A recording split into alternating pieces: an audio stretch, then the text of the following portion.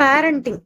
நாம் இருவர் நமக்கிருவர், அதுக்கப்புறம் நாம் இருவர் நமக்கு ஒருவர். இப்போ நாம 2 பேருமே குழந்தைகள், நமக்கு எதற்காக குழந்தைகள் என்று நினைக்கிறார்கள். அப்படி அந்த பொண்ணோ பையனோ ஸ்கூலுக்கு போனா கூட வாத்தியார் அடிச்சுட்டாருன்னா, எனக்கு இருக்கிறதே ஒரு பொண்ணு, நீங்க அடிச்சு அதுக்கு ஏதாச்சும் ஆயிருச்சுன்னா நீங்களா அதுக்கு பொறுப்புன்னு ஆர்கியூ பண்றது.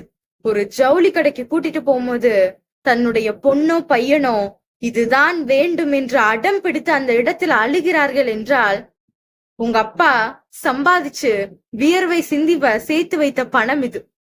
நீ நாளைக்கு சம்பாதிச்சிட்டன்னா இந்த ட்ரெஸ் எல்லாம் நீ வாங்கிக்கலான்னு பணத்தின் அருமையை சொல்லி கொடுத்து வளர்ப்பதுதான் நல்ல பேரண்டிங்.